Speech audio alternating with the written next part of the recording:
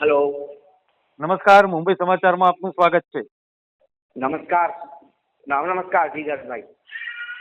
અત્યારે હાલ ગુજરાતમાં સ્થાનિક સ્વરાજની ચૂંટણીનો માહોલ જોવા મળી રહ્યો છે, ત્યારે કચ્છ જિલ્લો ગુજરાતનો મોટામાં મોટો જિલ્લો અને ત્યાં કેવી જી પરિસ્થિતિ છે તે જાણવાનો પ્રયત્ન મુંબઈ સમાચારના પ્રતિનિધિ ઉત્સવ વૈદ્ય પાસેથી આપણે કરીશું. ઉત્સવભાઈ, સ્વાગત છે. અને અત્યારે હાલ કેવો માહોલ જોવા મળી રહ્યો છે કચ્છમાં?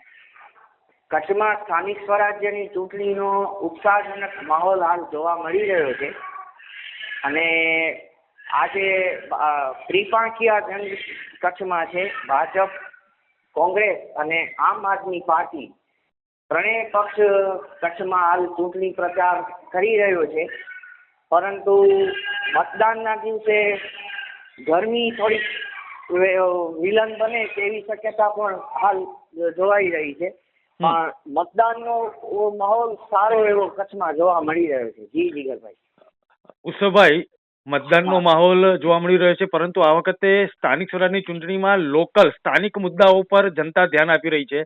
તો જનતાની કેવી અપેક્ષાઓ છે અને રાજકીય પક્ષો પાસે કેવી અપેક્ષા તે રાખી રહી છે અને રાજકીય ઉમેદવારો જે છે તે કેવા વચનો આપી રહ્યા છે? જી જીગરભાઈ, તમને હું જો વાત કરું, ભુજ, માંડવી, મુન્દ્રા, ગાંધીધામ જેવા મહત્વના કચ્છના વિસ્તારોની, તો કેટલીક જગ્યાએ લોકોમાં શાસક પક્ષ પ્રત્યે નારાજગી પણ જોવા મળી રહી છે. અને સ્થાનિક જે મુદ્દાઓ છે, જેમ કે પાણી છે, ગટર છે, બધા જે દબાણને લગતા ગાંધીધામમાં મુદ્દા છે, તો એના પ્રત્યે કેટલાક વોર્ડના લોકો વિરોધ પણ કરી રહ્યા છે. પક્ષના પ્રચાર કરવા આવતા જે કાર્યકરો છે, તો એની સામે વિવાદ પણ થાય છે, એવા પણ અહેવાલો આવતા રહે છે સામે. પરંતુ એકંદરે શાસક પક્ષ તરફ જ ઝુકાવ હોય તેવું લાગી રહ્યું છે હાલ. જી જીગરભાઈ. ઉત્સવભાઈ, અત્યારે આ જે ચૂંટણી છે તેમાં એક નવો ટ્રેન્ડ જોવા મળી રહ્યો છે અને તે છે મતદારોનું મૌન. કારણ કે નેતાજી પ્રચાર કરવા આવી રહ્યા છે, પરંતુ મતદારો જે છે તેમનું મૌન અકળાવી રહ્યું છે ઉમેદવારોને. તો તેનું પાછળનું કારણ શું છે? એનું મેઇન રીઝન તો જીગરભાઈ એવું છે કે કચ્છમાં ઉદ્યોગો બધા આવ્યા છે, અહીંયા ઉદ્યોગોની એનીઓ થઈ છે એન્ટ્રી.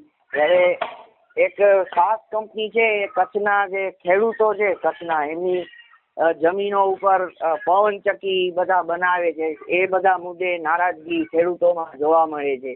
પછી બિયારણ સમયસર મળતા નથી, બિયારણની કાળાબજારી ને એવા બધું અહીંયા ચાલતું રહે છે.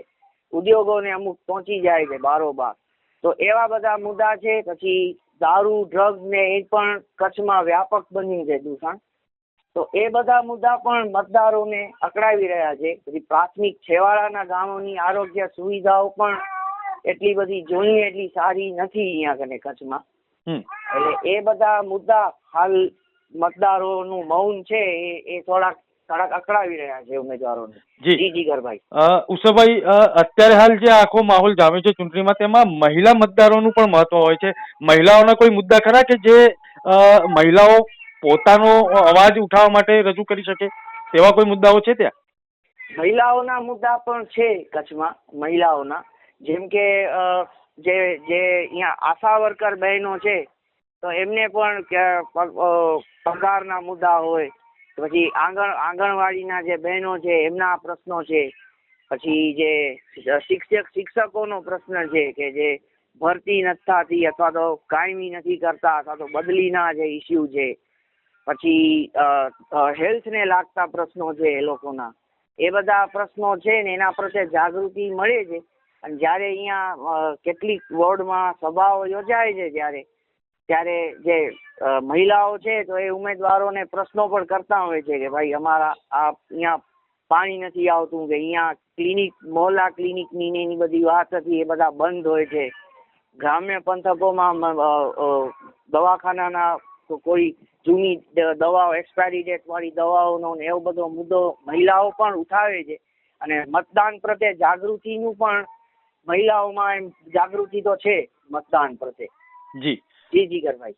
ઉષાભાઈ, સતત આપણે ચર્ચા કરતા રહીશું અને ચૂંટણીના તમામ સમાચાર આપણે મુંબઈ સમાચારમાં પણ દર્શક મિત્રોને આપતા રહીશું.